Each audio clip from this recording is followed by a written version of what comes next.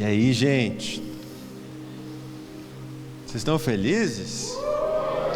Que casa legal, cara. Fazia muito tempo que eu queria vir pra cá. Por fim, tô aqui. Tô muito feliz de ver todos vocês, conhecer mais um pedacinho da nossa família, né? Chegando aqui, a gente já tá em casa. O Mineiro acabou de falar, cara, sinta-se em casa. E realmente a gente sente isso, a gente é da mesma família. E cara, vindo pra cá, tava orando e pedindo, Deus, o que o Senhor quer falar com a gente aqui? E eu tinha uma coisa no meu coração, uma palavra no meu coração, que caminha dentro do ano profético que o Lê derramou sobre a gente poucos dias atrás. Chegando aqui na lounge, a gente começa a conversar e, cara, na conversa a gente conversou a palavra que o Senhor tinha proposto no meu coração. Então Deus testificou o que a gente vai conversar nessa noite. E eu queria dizer que essa mesma palavra eu ministrei domingo passado em Timbó. E antes do início da palavra eu dei o mesmo recado que o Mineiro deu, que a gente tem um batismo lá também. Tanto que o começo da mensagem fala de batismo, porque eu quero falar um pouquinho do batismo de fogo.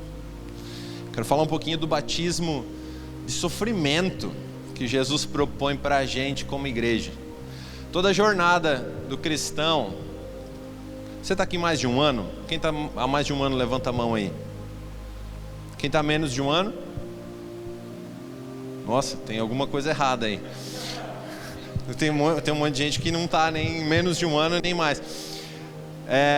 Toda jornada do cristão, ela começa por uma entrega ao Senhor, uma confissão de arrependimento.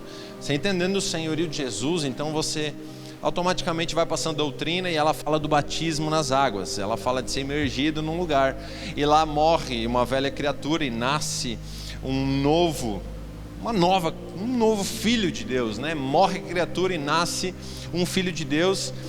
Aquilo lá representa que a morte adâmica, que os desejos já não nos comandam mais, que os sonhos que a gente tem já não são mais os sonhos que a gente vai viver ao longo da nossa vida, porque a gente resolveu fazer uma entrega para alguém chamado Senhor, para alguém chamado Jesus. Então todas as coisas ficam lá. Agora esse é o começo, esse é o primeiro batismo. Mas Jesus tem proposto um segundo batismo para a igreja.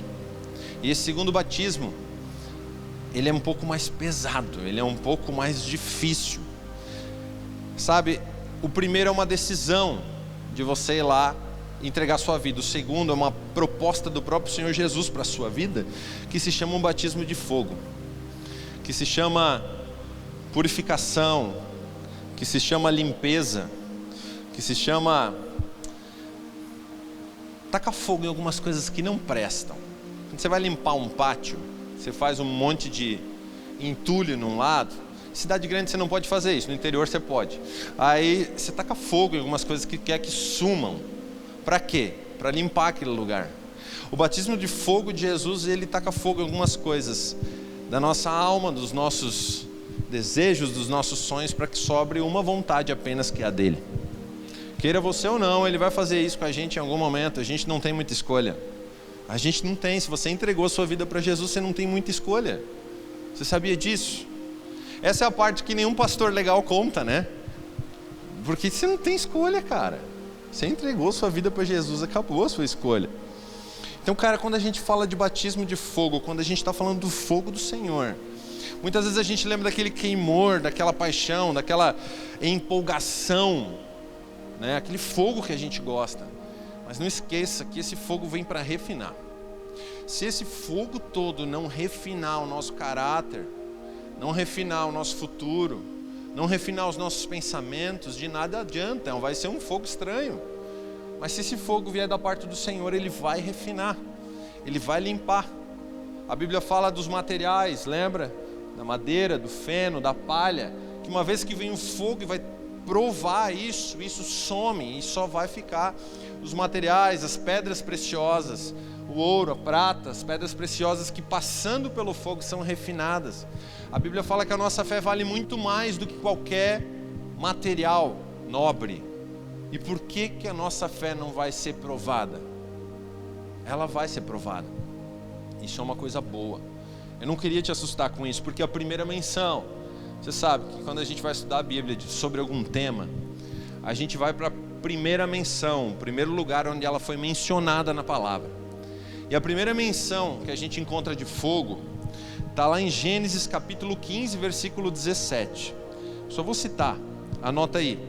Fala assim, ó: depois que o sol se pôs e veio a escuridão, eis que um fogareiro esfumaçante com uma tocha acesa passou por entre os pedaços dos animais. Naquele dia, o Senhor fez a seguinte aliança com Abrão: aos seus descendentes dei esta terra, desde o ribeiro do Egito até o grande rio Eufrates. E ele continua falando, ele continua entregando algo para Abrão. Olha que interessante, a primeira menção é muito poderosa na Bíblia. A primeira vez que o fogo do Senhor aparece sobre a terra, ele encontra um homem chamado Abraão, e ele faz uma aliança. Isso é muito poderoso. Toda vez que o fogo do Senhor começar na sua vida, e eu estou falando de refinamento da sua vida, quer dizer que Jesus quer te colocar num novo nível. Quer dizer que Ele quer refinar algumas coisas, queimar algumas coisas velhas e ativar algumas coisas novas. Quer dizer que Ele está fazendo mais uma vez uma aliança com você. Então, a gente foge muitas vezes desse fogo, mas na verdade a gente devia ir ao encontro desse fogo, porque esse fogo fala de uma aliança mais preciosa com o Senhor. Você começa a me entender? Que a gente precisa do refinamento, a gente precisa do fogo para transformar algumas coisas na nossa vida. Então, quando a gente fala do batismo de fogo, a gente está falando de uma aliança proposta, de um novo nível proposto. Se a gente começar a encarar as propostas que o Senhor tem para a gente, de sofrimento, como uma nova aliança e um novo nível, a gente vai encarar a vida de uma maneira diferente, bem diferente. Então é um processo de limpeza, é um processo de tirar coisas velhas e colocar coisas novas, de purificação, deixar mais puro. Agora é um desafio a gente conseguir viver sem reclamar, sem murmurar, sem perder a cabeça, sem desviar debaixo desse fogo. A gente vai precisar de alguma maneira olhar para o alto. A gente estava conversando na lounge, a gente não é normal, cara. Você não é normal, olha para o lado aí. Tem alguém normal do seu lado? Aproveita, esposa, fala, marido, você não é normal. Pode falar agora, vai. A gente não é, sabe por quê? Muitos da gente construiu alguma coisa ao longo da nossa vida. Estávamos numa construção, e isso é muito bom. Talvez estudando para algo, se profissionalizando, construindo uma empresa, construindo um testemunho. E de repente a gente encontra Jesus, e Jesus olha pra gente e fala assim: haha, que legal que você fez até aqui, mas agora eu tenho uma outra proposta para você. A gente não é normal, não é. Jesus fez isso com um monte de gente. Olha os discípulos, eles levando a sua vida. De repente aparece um maluco em Nazaré. Se Jesus aparecesse hoje, eu acho que ele não teria muitos seguidores não, tá, gente? Ele seria, acho que ele andaria por fora do mover que a gente vê por aí. Porque ele ia chegar nos caras que têm a sua vida toda planejada e muito bem planejada, e talvez até financeiramente estável, e ele vai falar: peraí, eu tenho outra proposta para você a partir de agora. E a gente topa. Você já topou alguma proposta assim que Jesus fez para você? O pior é que a gente topa. Fala sério, a gente não é normal. A gente sonha com certas coisas e de repente se depara com Jesus e Ele fala: eu não tenho esse sonho para você. E aí a gente esquece esse sonho e começa a viver um novo sonho, debaixo de fogo. A gente não é normal, cara. Então a gente não segue um padrão, a gente não segue um simples estilo de vida, deixa a vida me levar, a vida leva eu. A gente não segue isso. E nem com coisas boas, gente. Eu não estou falando de pecado, eu não estou falando de uma vida depravada, uma vida sem moral. Não, eu estou falando de coisas boas. Eu estou falando de coisas boas. Então, gente, nós estamos submissos a uma vontade soberana. E quando vem um batismo de fogo, quando vem uma porção de refinamento proposta pelo Senhor para a gente, ele nada mais, nada menos que começa a tacar fogo em algumas coisas do nosso coração. E esse mesmo fogo que queima isso que é impuro, purifica e coloca um desejo novo dentro do nosso coração. Você está me entendendo? Mesmo? De verdade?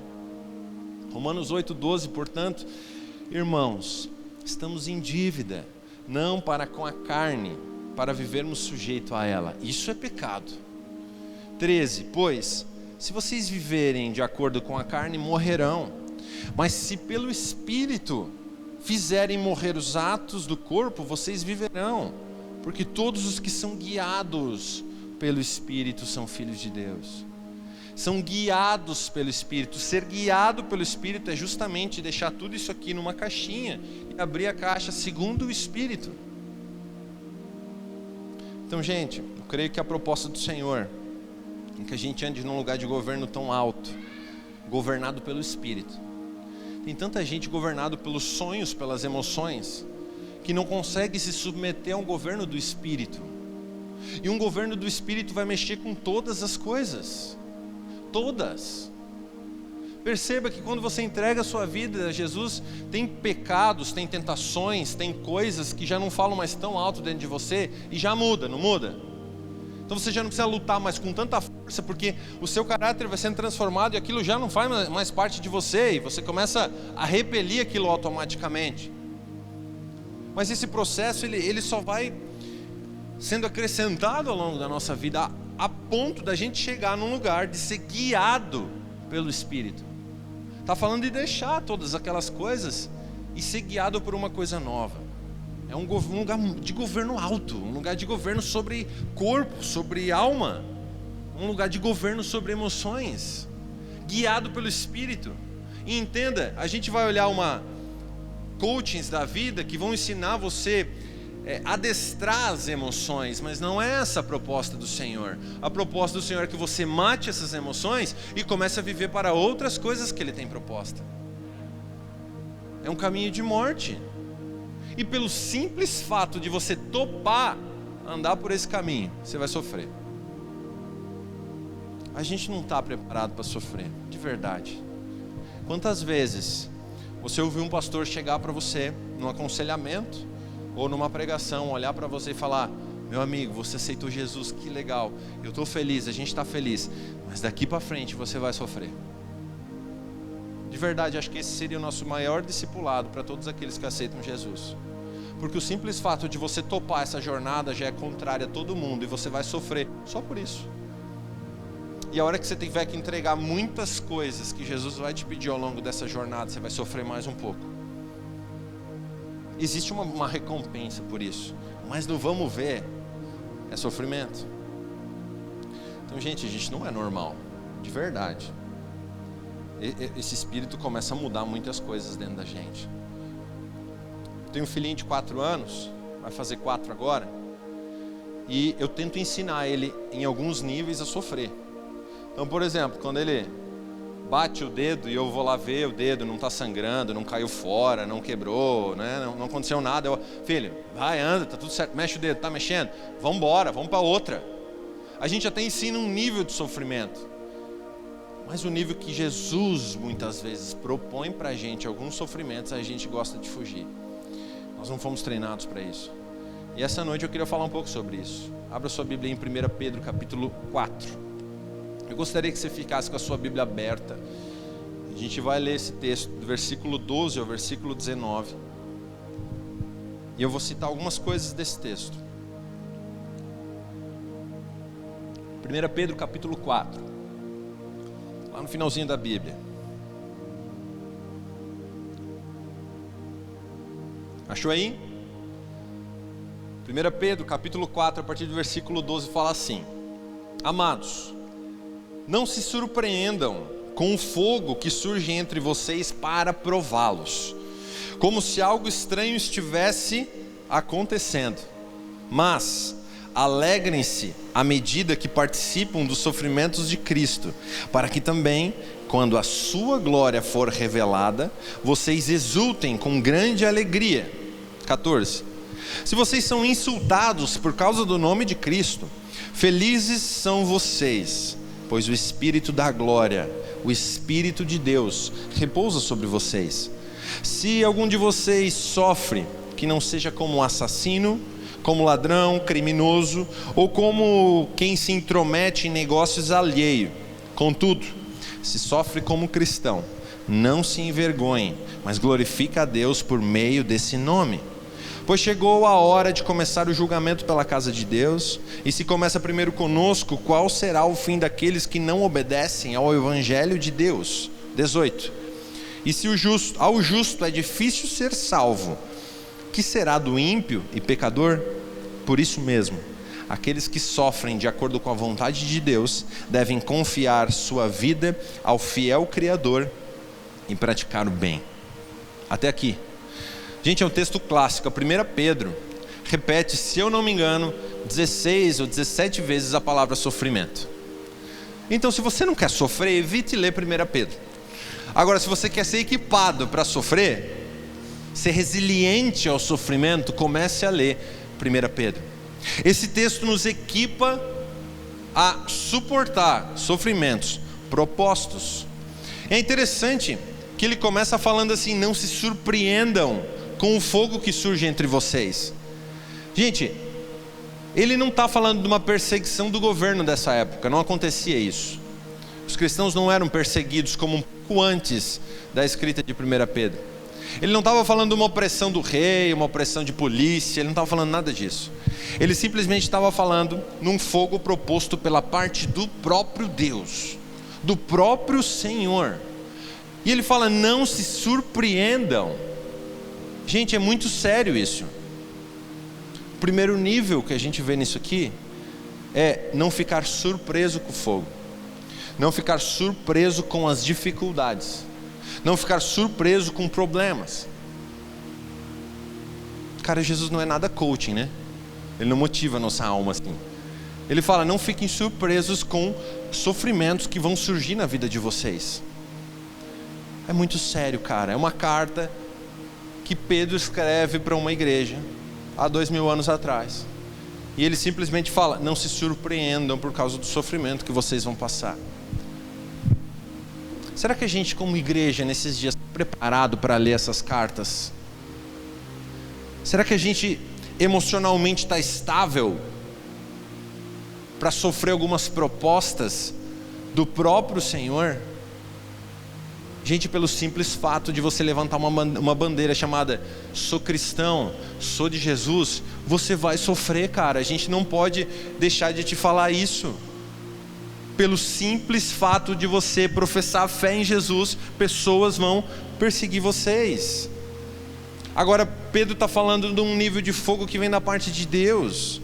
Parece que não faz sentido esse texto. Gente, o fogo vem para provar, para testar. Mas o objetivo final é a aprovação. O objetivo final é o refinamento, onde vai sobrar o que é puro. Então a gente precisa começar a mudar a perspectiva, a nossa perspectiva das propostas de sofrimento que o Senhor tem colocado na nossa vida. É sério, a coisa vai ficar feia daqui para frente. Feia mesmo. Você está percebendo com tudo que aconteceu nesses anos aí de pandemia, etc. Você viu tudo que está acontecendo. Mas quando vem a primeira proposta do Senhor de sofrimento, que a intenção dele é aprovar, testar para aprovar, normalmente qual é o questionamento que a gente faz? Deus, onde eu estou errando? Não é assim? Senhor, o que está acontecendo? Tem pecado na minha casa? Você já vai confrontar a sua esposa, seus filhos. Você está em pecado? Parece que é um juízo de Deus o sofrimento, não é? A gente não encara assim muitas vezes. Mas gente, aqui o texto é bem claro, que esse fogo vem da parte de Deus. Eu não vejo problema nenhum, e eu creio realmente que a gente precisa sondar. Tem vários salmos que falam isso, para a gente sondar a nossa alma, sondar o nosso coração. E quando um problema vem, sonde. Mas quantos de nós temos diversos problemas na nossa vida, na nossa casa, e nós não temos as respostas do porquê esses problemas estão existindo? Temos ou não temos? Então o discipulado mais verdadeiro é quando uma pessoa vem chorar para você e falar, cara, eu estou com esse problema. E aí você pede para ela, você está em pecado? Você está desobedecendo a lei do Senhor em alguma coisa? Não estou. Então pode ser que Deus está propondo esse nível de sofrimento porque Ele quer fazer uma nova aliança com você e subir você de nível. A gente não fala isso nos discipulados. A gente fica tentando cavar onde é que está o pecado. Mas de verdade, dentro de uma igreja madura, muitas vezes a gente não vai achar esse pecado. A gente vai achar o fogo do Senhor, trazendo um refinamento para subir uma pessoa de nível, para levar para outro patamar. Pedro está falando isso para a igreja. Vocês não deveriam se de surpresa. Vocês não podem ser pegos de surpresa pelo fogo que o próprio Deus está mandando. Gente, são situações difíceis que a gente vai enfrentar. Mas de verdade, essas situações vêm para quem é fiel. Essas situações vêm para quem é fiel ao Senhor. E a gente não tem respostas para esses sofrimentos. Eu não sei essa resposta. A gente está construindo uma coisa aqui, mas eu também não sei essa resposta. Por que o Senhor está propondo esses sofrimentos? Não teria outro caminho? Não sei. Mas a Bíblia é repleta de sofrimento. Todos os mártires, todos os discípulos, você vê algum deles com uma história de vitória? Você vê todos arregaçados pelo nome de Jesus. Você vê sangue jorrado no chão pelo nome de Jesus. Você vê entrega. Quantos aqui estão dispostos a entregar tudo? Tudo. Gente, à medida que eu me posicionei, à medida que eu me converti há muitos anos atrás, eu comecei a não topar certas coisas no meu trabalho, porque não eram do caráter segundo Jesus. Eram coisas imorais, eram coisas que não eram legais. Então, à medida que você começa a ter o caráter de Jesus, você começa a não topar certas coisas. Você começa a ter um caráter segundo o coração de Deus, e a santidade começa a fazer parte da sua vida, e você perde financeiramente, e você perde um contrato, e você perde uma amizade, e você perde algumas coisas que aparentemente não poderiam ser perdidas pela nossa sociedade. E isso não poderia ser perdido. Nossa, você vai jogar essa oportunidade fora? Pelo nome de Jesus e pela proposta que Ele me fez, eu vou. Esse é um nível de sofrimento. E Jesus vai propondo vários níveis de sofrimento. Olha o versículo 12.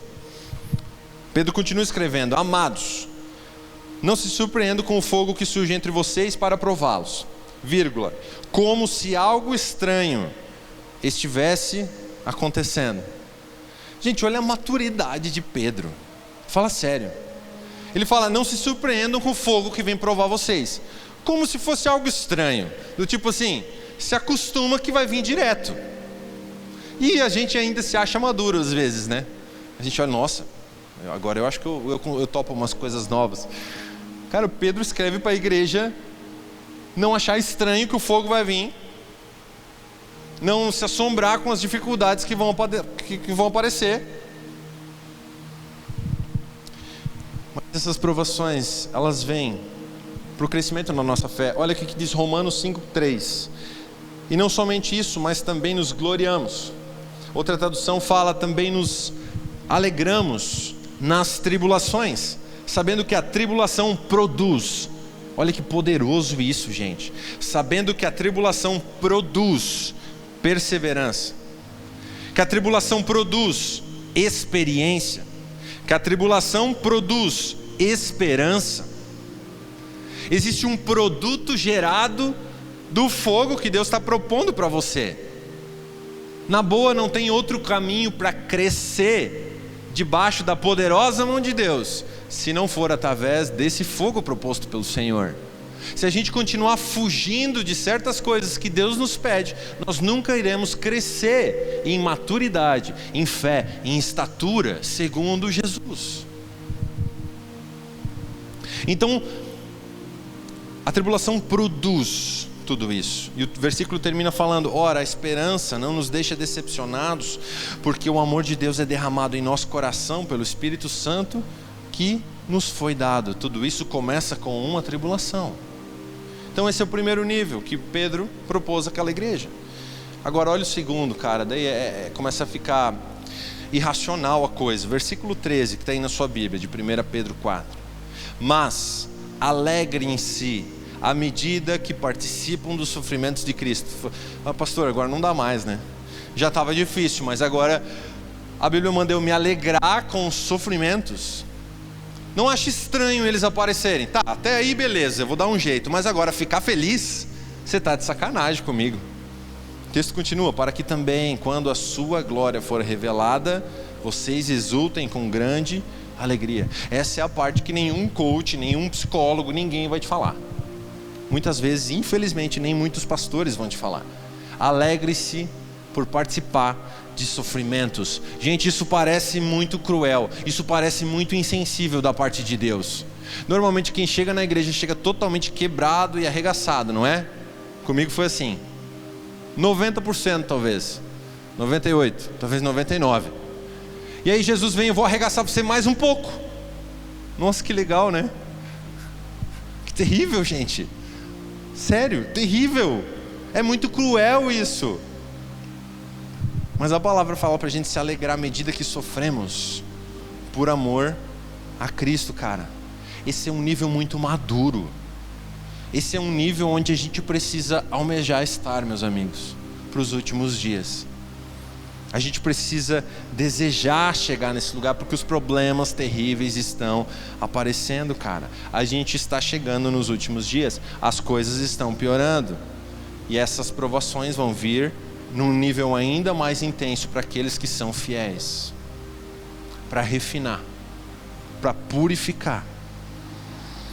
1 Pedro 4,13, o mesmo texto: pelo contrário, alegrai-vos na medida em que sois coparticipantes, é outra versão, dos sofrimentos de Cristo, para que também na revelação da sua glória vos alegreis exultando. Graças a Deus que o texto tem uma vírgula e ele continua, porque senão a gente estava perdido. A proposta é: alegrai-vos à medida que vocês forem participantes do sofrimento proposto por Cristo, vírgula, porque daqui a pouco, olha onde é que os nossos olhos precisam estar, gente. Porque daqui a pouco, para que também na revelação da sua glória, é o que? Quando Jesus aparecer mais uma vez aqui, a gente vai olhar para todos esses sofrimentos que foram propostos e a gente vai falar: valeu a pena. A Bíblia garante que se você for co-participante dos sofrimentos de Cristo, você vai se alegrar exultando na vinda dele. Agora, se você não for participante dos sofrimentos que Cristo propõe para você através do batismo de fogo, será que você vai se alegrar na vinda dele? Isso é muito sério. A Bíblia fala que se necessário for, por algum tempo, esse texto está lá em 1 Pedro capítulo 1, versículo 6. Alegrem-se, lembra, é a mesma carta de Pedro. Agora no capítulo 1, alegrem-se se por isso. Se bem que agora é possível que vocês fiquem tristes por algum tempo, por causa dos muitos tipos de provações que vocês estão sofrendo. 7.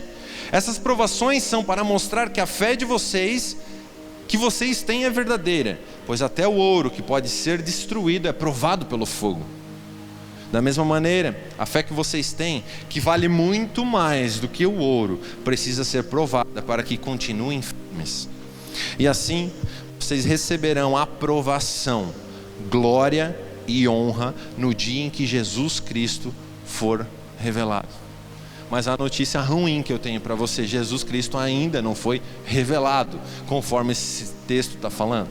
A notícia ruim é que a gente está no período de sofrimento. Existe uma esperança, e a gente só vai conseguir viver esse período de sofrimento se a gente tiver os olhos na esperança, se a gente tiver a certeza daquilo que a gente aguarda. Volta para o versículo 13 de 1 Pedro 4. Mas alegrem-se à medida que participam dos sofrimentos de Cristo. Aí nasce uma pergunta: quais são os sofrimentos de Cristo? A Bíblia fala, logo no verso seguinte, versículo 14, a resposta dessa pergunta. Os sofrimentos de Cristo são O texto fala assim: se vocês são insultados por causa do nome de Cristo, felizes vocês são, pois o Espírito da glória, o Espírito de Deus, repousa sobre vocês.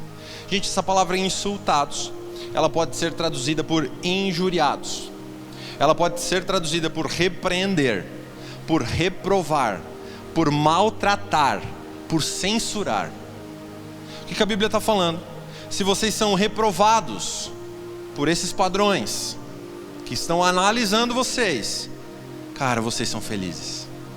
Se vocês são censurados, testa aí patrocinar alguma coisa no Instagram com a palavra igreja, para você ver se entrega para alguma coisa. Faz um stories aí do seu Instagram, escreve Igreja de Jesus ou Senhor, não vai entregar para ninguém. A gente já consegue ver um pequeno nível de perseguição. Mas cara, tenta defender os direitos da sua família para você ver o que vai acontecer.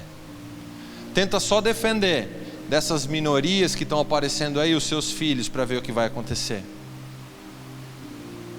Gente, eu tive problema com uma creche, uma escolinha para criança, com 3 anos, com meu filho. A nossa decisão foi: eu estou tirando meu filho da escola, não achei uma escola cristã, não achei pessoas com caráter segundo o coração de Deus na nossa região, a gente vai educar o nosso filho em casa. E aí você tem perseguição. Por quê? Porque eu quero proteger ele desses ataques desses dias. Eu não estou falando que você deve fazer isso, foi uma decisão nossa, da minha casa. Então, nós somos repreendidos, nós vamos ser censurados, nós vamos ser maltratados. Aí você está lá vivendo seu trabalho, feliz da vida, aí de repente vem seu líder do setor, o seu coordenador, e ele faz uma proposta para você: se você mudar esse número aqui nessa planilha, você vai ganhar uma bonificação no final do mês. Então só altere isso aqui que está tudo certo. E você sabe o que é esse alterar, e aí você não faz isso.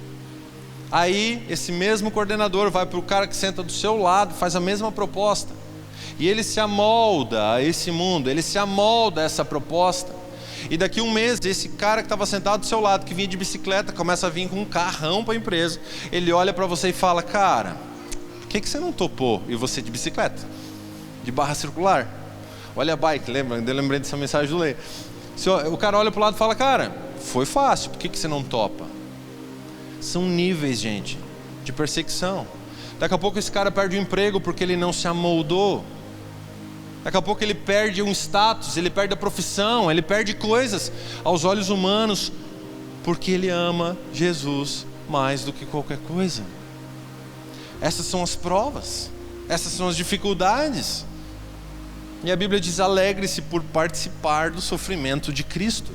Meu amigo, tem contrato que você não pode fechar, porque você é cristão. Tem portas que você não pode entrar, tem lugares que você não pode frequentar. Tem algum sim que a gente dá que a gente não pode dar, pelo simples fato de ser cristão. Então a gente tem visto perseguições de todo tipo, gente. Todo tipo. Você é censurado de tudo quanto é lugar, pelo simples fato de você defender. Cara, defende a família para você ver se você não é atacado. Família é um projeto de Deus, cara. A Trindade é uma família. O presente dele é você ter a sua família. Defende para ver se não é um crime você defender a família. A Bíblia fala: alegrem-se por sofrer essas perseguições. É muito louco, porque o texto termina falando assim: pois o Espírito da glória, presta atenção, cara, o Espírito da glória, o Espírito de Deus repousa sobre vocês.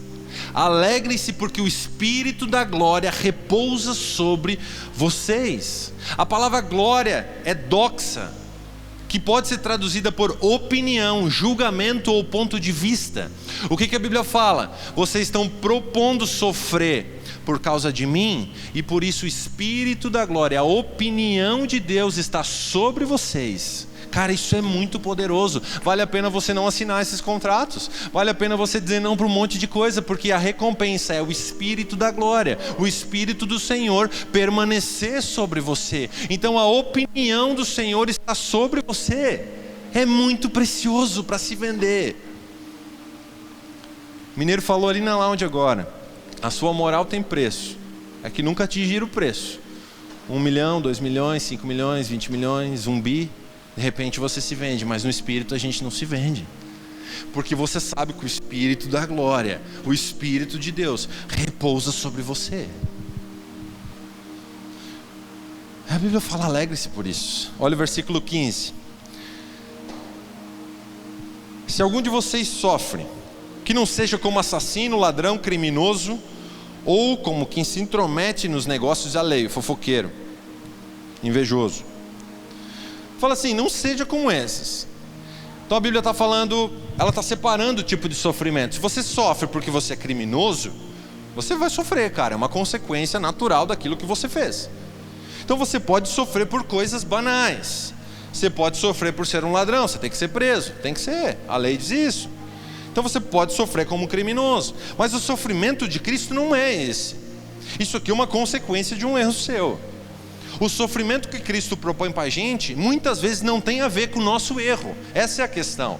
Mas a nossa mente é tão formatada e religiosa que a gente fica caçando pecado, na gente e no próximo.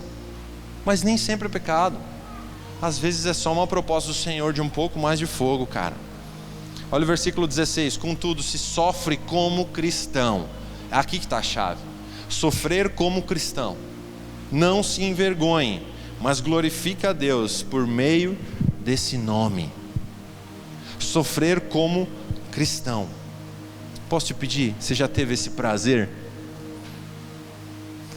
Sabia que sofrer como cristão é um prazer? É quase insensível isso. Mas sofrer como cristão é uma das propostas que o Senhor tem. Ou você acha que mudou? Ou você acha que 2000 anos atrás essa era a proposta para todos os discípulos de Jesus e aqueles que escreveram a Bíblia, e Jesus decidiu mudar e agora não é mais sofrimento a didática dele? Ele não mudou. Ele continua querendo purificar a igreja dele.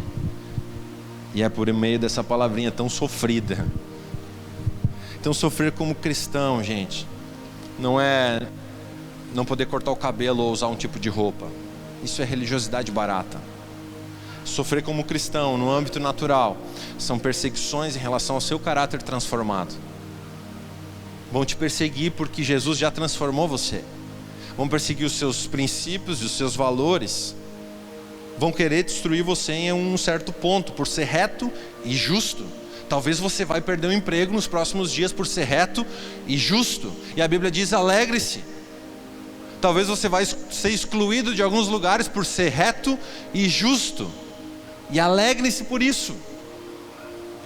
Mas no âmbito espiritual, sofrer é a provação que Deus tem proposto do alto para cada um de nós. O próprio Jesus traz esse fogo, porque Ele quer nos ver cada vez mais puro. Olha o que fala em Lucas capítulo 12, versículo 49.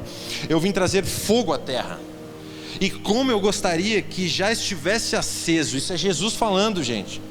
Mas tenho que passar por um batismo, esse é o batismo de fogo, e como estou angustiado até que ele se realize. Vocês pensam que vim para a terra trazer paz? Não, eu digo a vocês, ao contrário, eu vim trazer divisão. De agora em diante haverá 5 numa família, divididos uns contra os outros, 3 contra 2 contra 3. Gente, é fala de Jesus. Sabe o Jesus mimimi assim, bonzinho e lindinho que a gente conhece? Cara, Ele mesmo falou que Ele veio trazer fogo à terra. E Ele chegou numa angústia tão profunda, até passar pelo batismo de fogo dele. E você acha que a gente não vai passar? E se Ele passou, você acha que a gente não vai passar? Ele fala, cara, eu vim trazer divisão. Ele vem trazer alguns problemas pra gente, cara. Essa é a moral. Se torna um cristão, você vai ter alguns problemas. Ou você nunca tretou com a sua família por causa da igreja? Fala a verdade. Não teve divisão dentro da sua casa em algum momento da sua caminhada por causa de Jesus? Teve ou não teve, gente? Teve. Isso é um nível de sofrimento. Mas você ama mais a Jesus do que todas as outras coisas. Sabe, Jesus pendurado na cruz, Ele fala, cara, a minha família é quem faz a vontade do meu Pai. Então Ele veio trazer divisão em algumas coisas. Ele veio causar alguns níveis de sofrimento. E o meu desejo é que a gente, como igreja, comece a olhar para isso e encarar o desafio que Jesus tem proposto. Deus já de uma igreja imatura que sai correndo dos sofrimentos propostos. Porque realmente Deus vai usar poderosamente nesses dias quem olhar para isso e permitir ser refinado pelo fogo. E isso está falando de deixar muitas coisas. Jesus se encontrou angustiado até passar pelo batismo de fogo. Um batismo de fogo, meus amigos, eles separam um homem de um menino, uma mulher de uma menina. Tem um antes e um depois, a partir do momento que Deus começa a mandar fogo para purificar. Eu quero citar rapidamente os exemplos. Jó, capítulo 1, versículo 1, fala assim: havia um homem na terra de Uz, cujo nome era Jó, homem íntegro e reto, temente a Deus e que se desviava do mal. Mineiro, você tem um cara íntegro, reto, temente a Deus, que se desvia do mal aqui na igreja? Deve ter alguns. Cara, eu não sei se você já leu essa história, mas o que aconteceu com Jó? Qualquer pastor hoje ia olhar para Jó e falar: mano, confessa esse pecado, eu vou te arregaçar. Jó perdeu absolutamente tudo. Tudo. Se a gente começa a perder algumas coisas, já vem julgamento sobre a gente. Mas pode ser o fogo de Deus. A própria Bíblia fala que Jó era íntegro, reto, temente a Deus e se desviava do mal. Ele passou o que passou não por pagar pecado. Ele passou o que passou porque Jesus queria prová-lo. Outro exemplo, Daniel. Daniel orava fielmente 3 vezes ao dia. E pelo simples fato dele ser fiel às orações, ao Senhor, era o compromisso que ele tinha com Deus, ele foi jogado numa cova, na cova dos leões. Você lembra dessa história? Qualquer pessoa, ou qualquer pastor, se ele tivesse lá o pastorzinho dele na época, ia falar: Daniel, confessa seu pecado, meu amigo, deixa, ora na cabeça, não precisa mais se ajoelhar. Ele fazia, parecia que ele fazia de propósito. Ele abria a janela, orava ajoelhado na frente da janela, e o rei tinha decretado que todo aquele que orasse a qualquer outro senhor, a não ser ao Deus daquele rei, iria passar por essa pena. Será que a gente ia abrir a janela para orar? Esses dias o meu pequenininho de 4 anos, eu falei: filho, vamos orar por isso aqui. Dele ficou quieto assim, eu falei: filho, vamos orar? Já orei em pensamento, papai. Sem vergonha. Daniel podia orar em pensamento, mas ele fez questão de continuar fiel ao compromisso dele com o Senhor. E por causa da fidelidade de Daniel, ele parou na cova dos leões. Putz, cara. Aí no mesmo livro ainda você vai encontrar Sadraque, Mesaque e Abednego perante a estátua de Nabucodonosor. E eles não se dobraram, eles não se ajoelharam perante aquela estátua, que era um decreto, como todo mundo fez. Eles foram antiéticos, eles não se dobraram.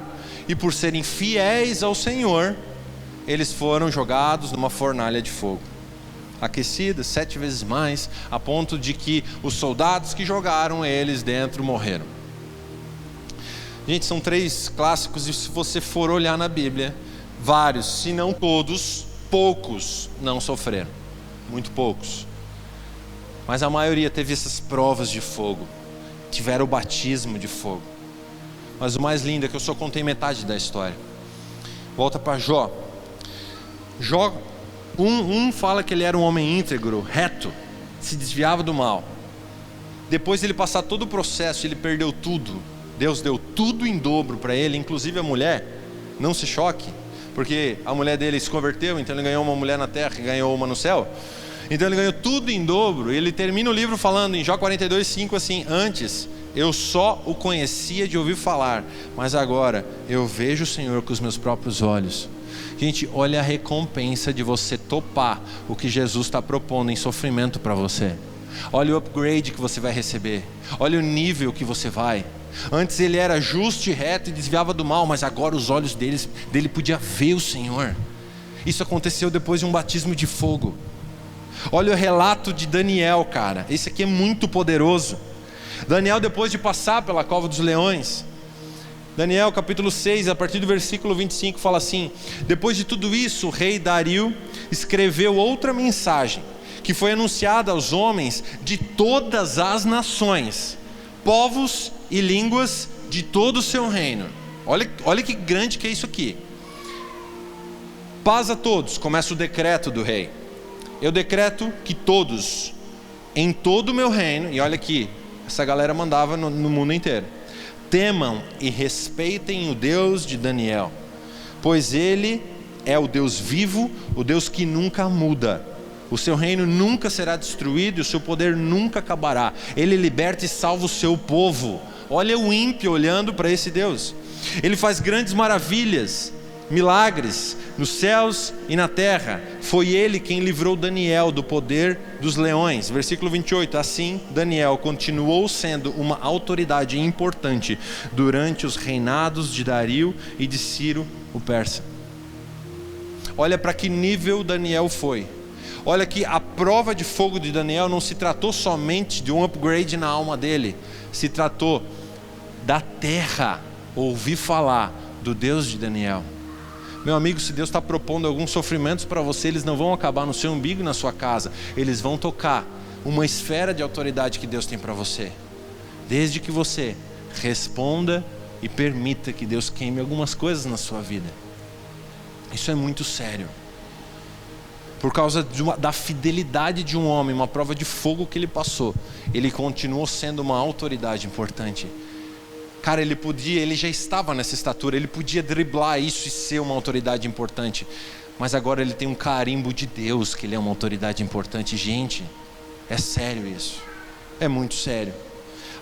O sofrimento e a angústia de Daniel, provado pelo fogo, levou ao rei decretar no mundo inteiro que se adorasse esse Deus, por causa da fidelidade dele. De igual forma, Sadraque, Mesaque e Abednego passaram pela mesma situação. Então, meus amigos, concluindo, eu vou terminar com isso aqui. O fogo de Deus, o batismo do fogo que o Senhor tem proposto, ele vem para refinar. Assim como o ouro é refinado, a nossa fé vai ser refinada. Eu queria te preparar para os próximos dias que não vão ser fáceis. A gente como igreja vai passar por algumas lutas, alguns sofrimentos. Eu não quero provocar você para cavar, sabe, se tem pecado. Cara, dá uma sondada. Mas se não tiver, talvez sejam upgrades, níveis que o Senhor está propondo para você através do fogo. Através da sua postura de fidelidade, pessoas vão ser tocadas. Através do seu permanecer em sofrimento. Cara, a gente escutava tanta história antigamente, hoje a gente escuta pouco. Nossa, aquela mulher é muito de Deus. Tudo que ela tem passado, tudo que ela está passando, ela persevera. Isso motiva, isso enche de fé, enche de esperança o coração das pessoas. Talvez Deus tenha proposto isso para alguns de nós. Eu realmente acredito que o fogo de Deus vai buscar a sua casa. Foi o que o Lê ministrou. Vai começar pela casa, vai começar pela igreja. Ele vai precisar refinar algumas coisas. E o texto termina falando assim em 1 Pedro 4,19. Por isso mesmo, aqueles que sofrem de acordo com a vontade de Deus, eles devem confiar a sua vida ao seu fiel Criador e praticar o bem. Então, meus amigos, muitas vezes não é uma consequência de pecado. Simplesmente é um batismo de fogo que o Senhor quer fazer na nossa vida. E eu quero te dar o suprassumo do exemplo aqui. 1 Pedro 4,1. Portanto, uma vez que Cristo sofreu corporalmente, armem-se também do mesmo pensamento. Olha só. Pois aquele que sofreu em seu corpo rompeu com o pecado, para que, no tempo que lhe resta, não viva mais para satisfazer os maus desejos humanos, mas sim fazer a vontade de Deus. A Bíblia está falando isso de Jesus. Jesus sofreu no corpo. E ela fala: armem-se, preparem-se para sofrer os mesmos sofrimentos de Cristo, para que vocês consigam viver o resto da vida de vocês, não para satisfazer os desejos humanos, até Jesus passou pelo batismo de fogo para não satisfazer a carne dele, a gente vai passar. Não tem outro jeito a não ser encarar isso aí. Eu não vim te trazer uma boa notícia nessa noite. A minha intenção realmente é te preparar para esses próximos dias. Proteja com toda a força no espírito a sua casa, o seu caráter, a sua conduta. Não se dobre, porque a opinião de Deus vai estar dentro de você se você permanecer. E se tudo der errado, cara, procure os seus pastores, os seus líderes e comece a chorar junto. Comece a motivar um outro, comece a se encher da esperança do Senhor. E se nada disso te alegrar, comece a levantar um pouquinho mais alto os seus olhos e olhar para o glorioso dia e para a recompensa que a gente vai ter. E eu quero te falar que vai valer a pena, cara. O Evangelho nunca foi de coisas aqui, cara. O Evangelho nunca foi de uma vida de status. O Evangelho nunca foi de grandes recompensas públicas. Não. Isso são para poucos. Mas o Evangelho foi de entrega, de sangue derramado, de sofrimento. O Evangelho foi de morte para muitos cristãos. E se a gente começar a ser bíblico e ler com concentração as Escrituras, a gente vai ver muito sofrimento. Jesus está chamando para os últimos dias os seus discípulos, aqueles que não vão negar nenhuma proposta que Ele colocar na nossa frente. Não é nada motivacional essa palavra. É um desafio que eu quero te lançar. Você está afim? Você encara? Você encara deixar se Ele te pedir algumas coisas? Eu realmente creio que empresários vão começar a deixar empresas, cara. Eu creio que políticos vão deixar seus postos. Eu creio que funcionário público vai deixar o seu cargo por amor a Jesus. Os níveis de perseguição vão ser tantos daqui para frente, meus amigos, que a gente não vai aguentar em alguns lugares. Só que a gente não nega o nome de Jesus por nada. E se preciso for, a gente vai dar o nosso sangue. Essa injeção eu quero dar em você nessa noite. Em nome de Jesus, começa a olhar para o alto. É muito precioso o que Jesus tem com as nossas vidas, cara. Ele está nos convocando para passar pelo fogo. E eu realmente creio, se a gente topar, a nossa família vai olhar e não vai entender. Fala, cara, você está sofrendo, por que você não nega? Lembra da mulher de Jó? Por que você não nega esse Deus e amaldiçoa esse Deus e vai embora? Você vai ouvir isso nos próximos dias. Por que você não aceita esse suborno e deixa essa vida? Você está sofrendo.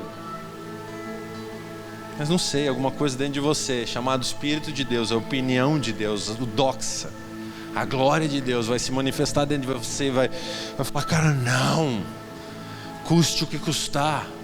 Se tiver cova, eu vou para a cova. Se tiver fornalha, eu vou para a fornalha. Não tem problema. Eu amo mais Jesus do que qualquer coisa proposta. Meus amigos, se você está dizendo sim para Jesus, eu quero que você faça a oração mais sincera.